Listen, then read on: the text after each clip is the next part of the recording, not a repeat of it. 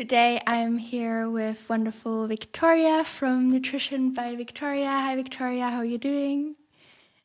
I'm good. Thanks for having me on, Julia. So awesome. Yeah. And before we get into the interview, I just want to ask you because you're like a mom of three babies and you seem to always find time for exercise and you're extremely lean. So, what's your secret? Really, it's just prioritizing that time. And actually, I include my children a lot. So I just did a run with the baby, and we do that most mornings, and he falls asleep, and then he takes a nap in the morning so then I can get some work done. And over the weekend, I took a bike ride with my girls, and I think just including them in the activity that I like to do is so beneficial for us to just bond, but also to show them, what a healthy lifestyle looks like. And then they enjoy doing the activities as well on their own and with me. And I just feel so good when I move my body and take really good care of it. So awesome. Yeah. And I just want to share with you that since having discovered your channel and I've been also following you on Strava last couple of weeks, you've been really inspiring me as well to move more. So I just want to say thank you for that. And yeah, you're such a great example, seriously, because you show that it can be implemented into the life. Like you don't have to make separate space for eating healthy or moving, but you can include it in your life. So yeah. Do you want to share a little bit about what your lifestyle currently looks like? How are you eating? And like what do you like believe in when it comes to nutrition? Yeah, so I have been high carb, low fat vegan since 2012. And I've eaten that way through three pregnancies. And I'm 5 months postpartum currently with my third child. And all the pregnancies went super well. I was super healthy during the pregnancies. The outcome of the pregnancies was great. The babies are all super healthy. And my two girls, they actually eat a vegan diet as well, and they have since birth. And I've always been active. I've always loved being active, but some things have hindered me with that. One was even in high school, before I was vegan or anything, I struggled with iron deficiency anemia. And a lot of people say, oh, well, just eat some meat, just eat some steak, and that'll fix it. Well, I was actually eating that at the time, and it didn't fix it. So a lot of that has come down to my digestion and how I'm able to absorb the nutrients from my food. So when I went on a high carb, low fat, plant-based vegan diet in 2012, all of the issues that I had been having prior to that started to resolve, including the iron deficiency anemia. I have a genetic predisposition towards that, but if I keep a lot of fruit in my diet and stick to white rice as my grain and include sugars, those all help to enhance the iron absorption that I get from my diet. Um, but I grew up an athlete. I played college basketball, and I've always just enjoyed, after I quit, or after I was done with college and done with basketball, I got into running and cycling. Cycling's probably my favorite, riding my bike outside. Um, it's just so much fun to just explore and get some exercise and really just transport yourself by yourself. You have the bicycle as the tool, but getting around just using your own energy is so fun. Um, and actually, I'll try to, before I had the baby, I would take my daughter to preschool, and then I would ride my bike home and just ride around to the things that I wanted to do, and then go pick her up, and I'd leave my car like where her school was at.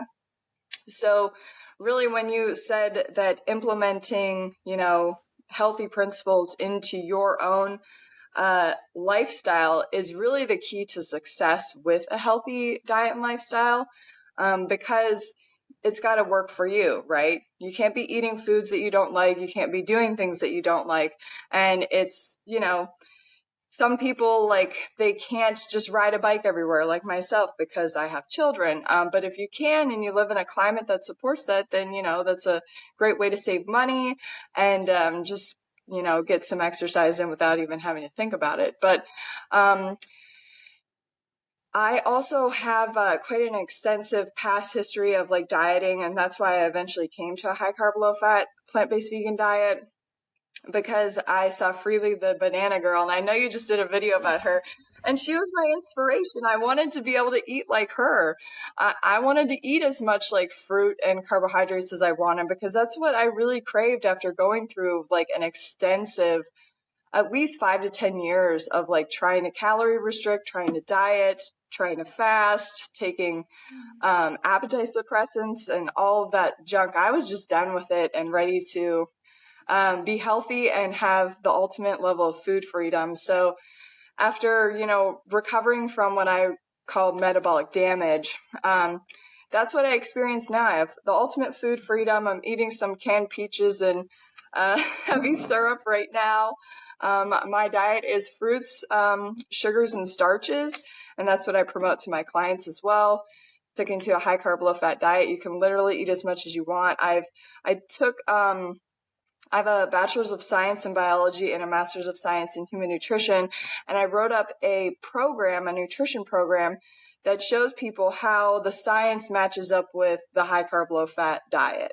And a lot of people try to debate me on that, but I proved it all. So they Yeah, can I, just I check that actually out. wanted to ask you on that if you could maybe summarize your thoughts on calories in versus calories out, because I actually recently also published a YouTube video about this, even though I don't have a master's in science and nutrition, so you might be able to explain this a lot better, but a lot of people say calories in, calories out, it's just science.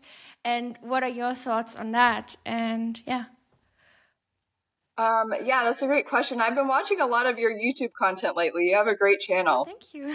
And I think I watched that video yesterday when I was on my jog, because I like to listen to things while I run, kind of multitask. But yeah, you made some really good points in the video, and essentially that's what it is. When you don't eat enough food, you tell your body it needs to store calories. So then when you start eating more food after you've been restricting, you just store everything as fat. It's called gluconeogenesis, where we slow down our metabolic rate in order to preserve energy, and that forces our body to burn more protein for glucose, or to convert protein into glucose for energy production.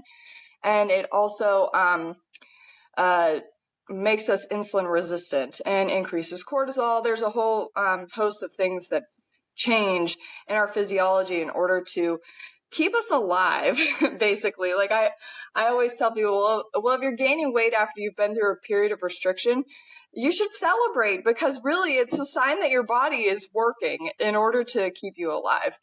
So I experienced that myself. I did, like I said, 5 to 10 years of calorie restriction.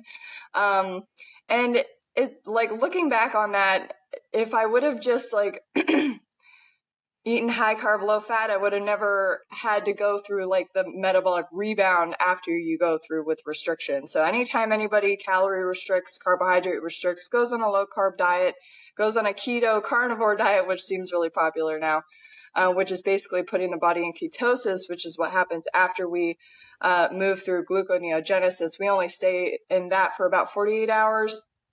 And then we move into ketosis when there's no carbohydrate available, or very, very low quantities available. Our glycogen is depleted, etc.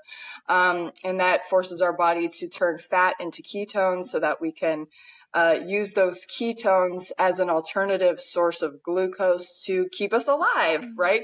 But in the process, it's damaging our body. It causes hypothyroidism due to decreased production of thyroid hormones.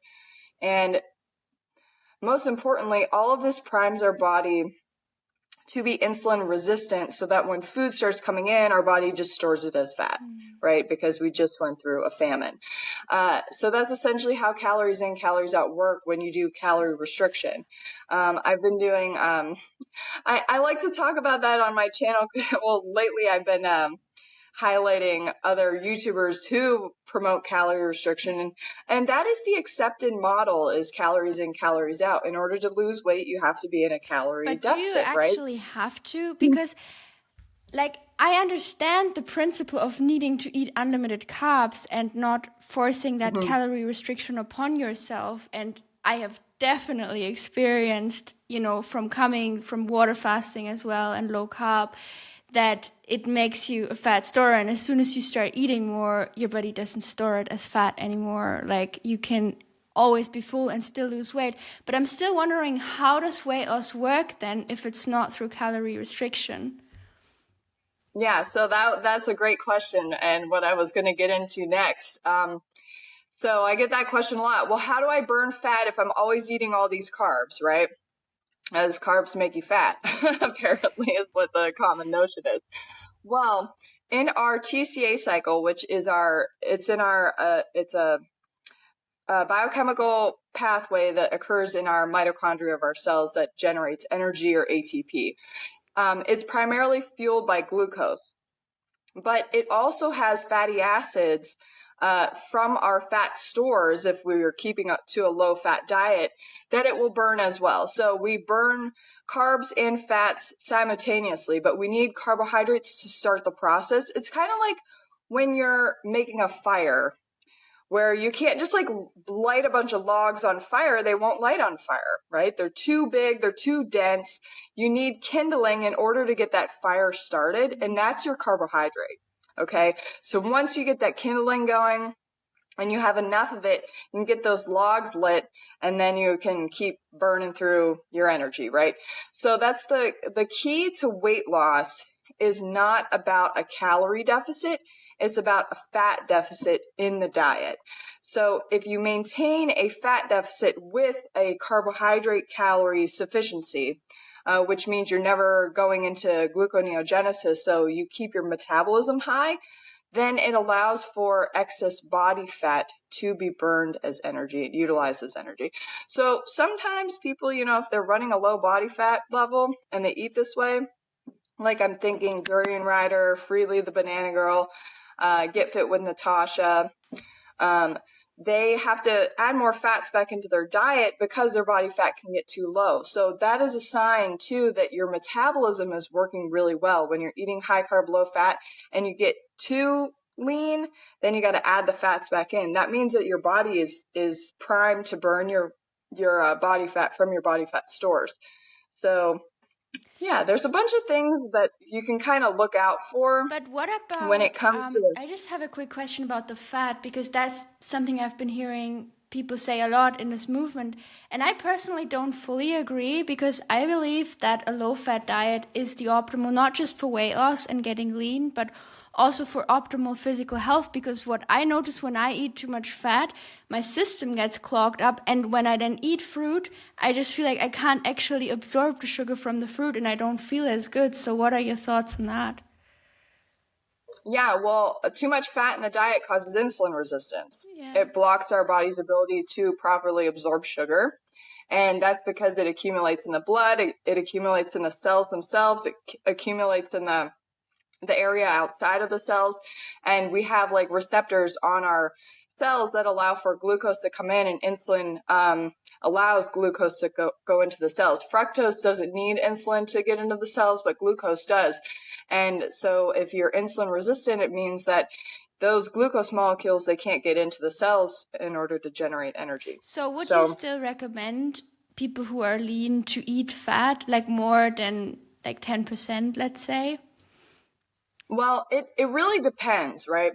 So when I was using Durian Rider and Natasha as examples, and even Freely the Banana Girl, generally you're only going to run super low body fat levels where your BMI is underweight, and it can compromise like hormone production. So in a woman, if your body fat level is too low, you can have low estrogen and low progesterone, which will interfere with the normal menstrual cycle. Most people, like even for myself, I've never like dipped below a 19 BMI eating a high carb, low fat diet, and that's completely omitting overt fats like avocado, coconut, nuts and seeds, things like that. And I haven't eaten animal products since 2011. And I've also had 3 pregnancies without having to eat any overt fats either. So honestly, the high carb, low fat diet, overt fat free, you can do it as long as you eat enough carbohydrate calories. But then I'd say, like, if I was out of kind of like right now I'm breastfeeding and I'm still fresh from having a baby, but My BMI dropped to a 19 after I quit breastfeeding. And I was eating high carb, low fat, no overt fats. And I think if my BMI would have kept going down, then I would have had to, maybe start adding a little bit of fats in to decrease my insulin sensitivity, because I'm usually very insulin sensitive, and that's what you want to be in order to stay at a lean, healthy body weight effortlessly, is to be insulin sensitive.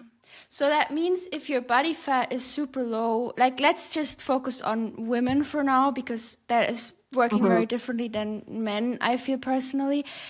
If your body fat is low, does that mean you still have insulin sensitivity when you higher the fat in your diet, or how does it work? It will.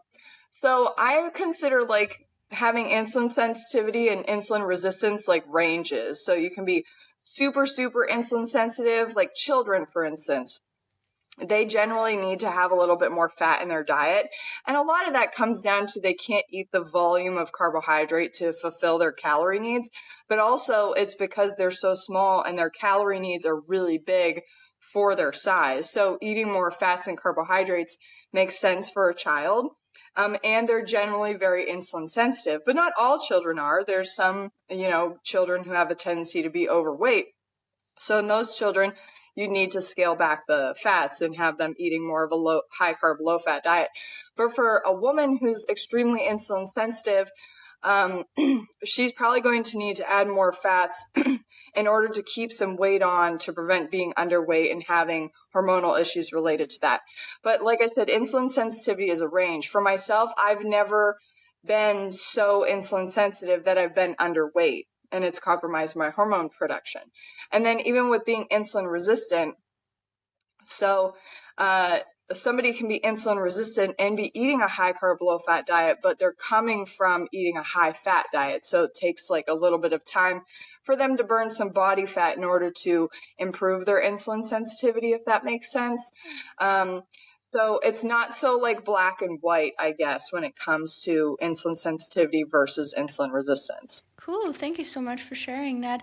And Yeah. what would you say, like, what do you say if you have a BMI above 20%? Because that's a question that people ask themselves a lot when they hear about low fat. Does that actually affect the hormone levels negatively? I think it's going to depend on the person, right? So, for a woman who is just started menstruating, right? You're a teenager, you generally are going to be pretty lean as it is. So you're going to have to make sure that you're eating enough calories in order to menstruate properly. So what I see more often than not is an underweight woman who just needs to eat more carbohydrates, okay? And that in and of itself will help them to put on like healthy body weight to stay in a normal weight range, a normal but still lean body weight range where their hormone production is ideal.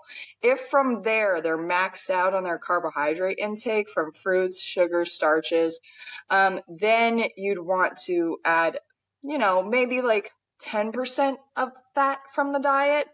But when you start going over like 10% fat in the diet to like 15% fat, and anything above, I'd say 15% fat in the diet, you're going to be running into issues with your hormones because of insulin resistance and just having too much fat in the diet. So too much fat in the diet can drive estrogen levels to be high.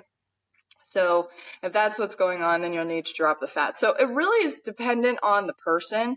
But in general, women, and especially for myself, like I said, I've had 3 pregnancies, no overt fats. I feel like the no overt fats during the pregnancy helped me to stay insulin sensitive because women can develop gestational diabetes during pregnancy because your estrogen levels are naturally high, which helps to drive weight gain during pregnancy. So you want to make sure you're eating a healthy diet while you're pregnant so that you don't end up having health problems just based on natural hormone production. Thank you so much for sharing this. And Yeah, you're welcome. and what are your thoughts on Freely the Banana Girl? Because you've talked a little bit about her, and I've heard you say in some of your recent videos that. So, what are your thoughts? Okay. Freely was my biggest inspiration for eating this way. So I initially started eating like the Freely the Banana Girl diet back in 2012 when I found her, and I was eating lots of fruit and I loved it. But I really started thriving when I ate more like raw till 4. Just because I was able to get more carbohydrate calories in. It was easier on my digestion than having tons and tons of fruit. So now I eat a raw till 4 diet to this day. It really has worked out great for me. And she was my biggest inspiration. I'll give it to her. But I think, one of the downsides, and you had mentioned this in your video that you did about Freely, that some people don't like the drama that ensued. And I will always commend Freely for what she's done, because she reached so many people, I think more than anybody, with the vegan message, like when she was in her prime. But when she started living her kind of jungle lifestyle, I feel like she got a little too dogmatic when it came to how she thinks that people should eat, right? Because she's been flip-flopping between having cooked starches in her diet and being completely raw. And what I've noticed with her raw diet is she includes more fats. And when she eats raw till 4, she's on fruits and starches. So I personally have tried being all raw as well. I've had periods of time where I've done it, and I just find it to be unsustainable. So I think that her message to her viewers, and she would have maybe retained more of her audience if she would have just stuck to that original message of high carb, low fat, eating unlimited calories. That's what brought me to want to follow her message. It wasn't raw food dogma. It was, I get to experience the ultimate level of food freedom. So I'll give it to Freely. She's awesome. She also looks amazing, and she's in her early 40s now. Yeah. Yeah, I couldn't agree more with everything you said. So, other than Freely, who were your main inspirations, or who still to this day maybe are your main inspirations? So Freely's partner, Durian Rider, or Harley Johnstone, he's been a mentor for me, actually. I joined his coaching group in probably 2018, maybe before then, I can't remember. But he's just been awesome. He coached Freely. So he taught her everything about her diet that made her so successful. And so, you want to know the secrets, you go to the source, right? So I learned so much from him, and through his coaching and through his YouTube videos, it helped me connect the science that I learned in my higher education with the practicality of a diet that humans are supposed to consume. So he enlightened me to the fact that, people all over the world that are the leanest, healthiest cultures all eat a high carb, low fat diet, whether it's based on corn, rice, potatoes, sugar. Well, no diet's based in sugar, but having sugar added to the diet. And I was like, yeah, the fastest runners generally come from Africa. You have some of the healthiest people that come from Asia. And it's just his knowledge on this subject is very practical and very realistic. And I'll ask him questions now. I'll be like, what do you think about this doctor who says this about sugar or something? And he'll say, well, most people lack real world experience with consuming it to understand its power. And then I'll go online and I'll find a PubMed study that supports what he just said in the scientific literature. So he's just been a really great mentor, and obviously has really phenomenal results. He's in his mid 40s and runs a 18 minute 5K, which is extremely impressive for somebody of his age. Yeah, I agree. When it comes to his athleticism and his fitness, he's really on top of the game. So, Oh, yeah. What are your thoughts on sugar? So, I know that Freely never promoted white sugar, whereas Durian Rider did. She always promoted coconut sugar, and that's actually also where I'm currently at. I personally haven't really touched the white sugar yet, So what would you say is the difference between coconut sugar and white sugar, and why do you personally consume white sugar? I like both, actually. I have coconut sugar in my cabinet sitting right next to the white sugar. But the coconut sugar, I find that it goes best with bananas, um, and just enhancing their flavor because it has a very like dessert like decadent flavor to it. And I don't really like adding the coconut sugar to like some berries, for instance. I like the taste of white sugar with berries, or cane sugar, however you want to call it. I actually went through a period in 2018 where I bought all of these different kinds of sugar to try them. And my favorites are like the plain, cane sugar, refined cane sugar, or white sugar, and coconut sugar. They definitely taste the best. So I started, experimenting with sugar when Freely started showing it in her smoothies and stuff. I was like, wow, this is really incredible tasting, And then I noticed that my energy levels were better, and also I come from a history of having a lot of GI issues.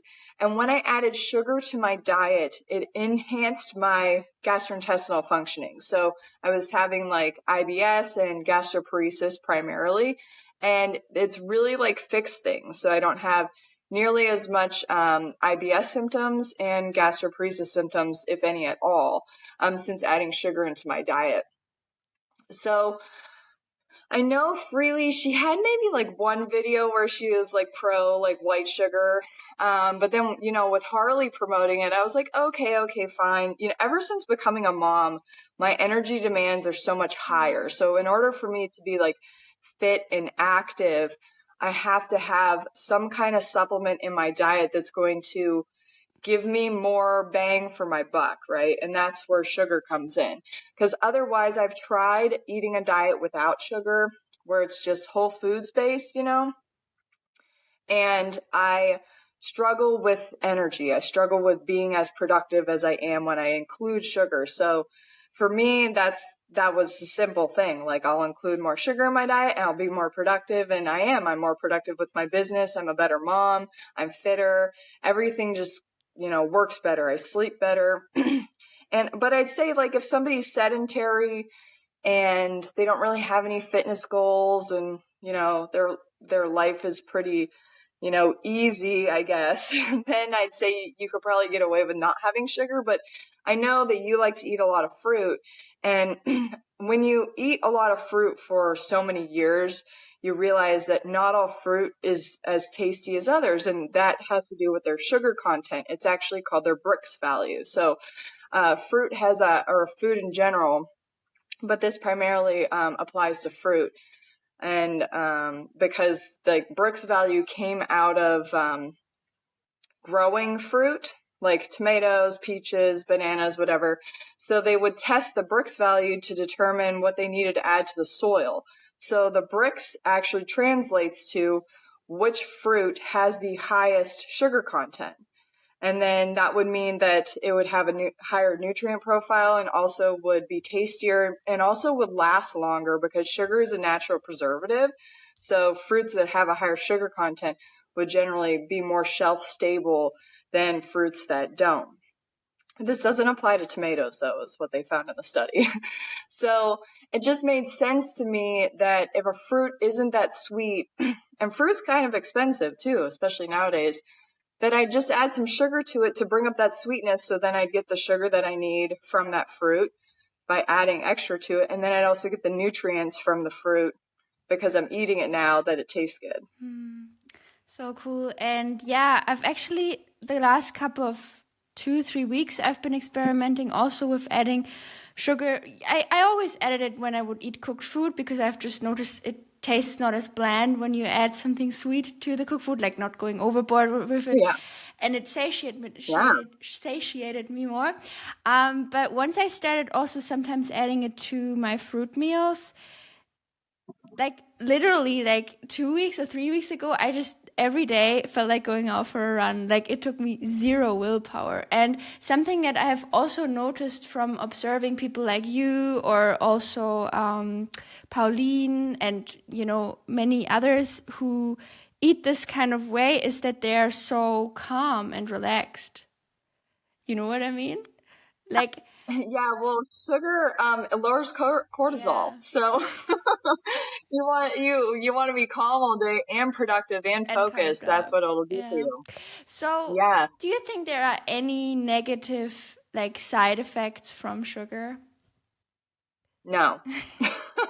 I think a lot of people are scared to eat Yeah. it, and that was myself included. So everything that I hear from people in regards to eating more carbohydrates, I used to think that way at one point too. So I kind of chuckle because I feel that person, but and then I like to educate them, on sugar. Sugar lowers cortisol. Sugar increases satiety, like you were just talking about. And it does so because our body, we are glucose seeking creatures. We're carnivores. We're going to be seeking out carbohydrate based foods in nature. That's why things taste good that are sweet. Our palate picks it up and it says, okay, this is good. Eat that, right? Because in nature, long time ago, that's how we would identify what our food was, is based on how it tastes and smelled and things like that, but primarily taste. So we have extremely high demands every day for glucose. So people say, well, what about fasting? Like there's all this benefit to fasting, but there are negative consequences, metabolically speaking, to fasting, because when we don't have enough glucose in our diet, we have to make it from protein or fat that's in our body, or our glycogen, which is our ability to store glucose in our body. But when we get past glycogen, sorry about that. When we get past, when we run out of sugar, basically, our body will sense that our blood sugar is low, and it will, secrete hormones in order to bring our blood sugar up that will cause changes in our body in order to make sure our blood sugar level is always stable. So that means our body cells always have sugar available, because when we don't, then we can actually die from that eventually. So what I'm trying to get at is that we need to have ample amounts of sugar or carbohydrate in our diet every day in order to maximize our health, our hormone production, our metabolism. And it doesn't matter the source. A lot of people, they get hung up on this. But if you go into hospital and you are famished because you've been fasting or forced to be in some kind of survival situation, what they're going to do is hook you up to a dextrose IV solution. And that is refined corn sugar, actually, is dextrose. So your body doesn't care. It just wants the sugar and it gets better from it, Obviously, it's good to seek out organic when possible, just because of the way that food is produced nowadays with lots of pesticides and things like that. But your body doesn't care. It needs the sugar to run, so you have to eat it. The problem where people get in trouble is with the fats, right? Because sugar is really a Trojan horse for fats when it comes to a lot of things. Cakes, pizza, pasta, potatoes, like everybody wants to eat the carbs, but they're eating too much fat with it. And that's what is causing insulin resistance and diabetes. So you take the fat out of the diet, and then all that sugar can go into the cells and make you lean, fit, and healthy pretty effortlessly. But, these low carb diets where they say, oh, this person's getting better. Well, when you take the sugar out of the diet, then the fat can be there still causing insulin resistance, but your numbers look better, right? But the insulin resistance is still there. And then you start having, health consequences related to not enough sugar being in the diet. So ultimately, I say eat the carbs that you enjoy. If you don't like white sugar, don't eat it. If you don't like coconut sugar, don't eat it. If you don't like, I'm allergic to mangoes, so I can't eat them, Oh, even though they're so that's such a tasty. bummer. Yeah. I found out the hard way too many times. But yeah, I always tell people, find the carbohydrates that you like to eat, because some people like to eat starch solution. Some people like to eat 80-10-10. Some people like to eat raw vegan. I say include fruits and starches and sugars, because then every day you're giving your body ample amounts of carbohydrate to pick from and to work with so that you're eating enough, because most people don't eat enough carbohydrate, and that's why they have issues with their weight and their health and stuff. When you put enough carbohydrate in, you take the fat out, then your body just starts working better and everything goes great. Yeah.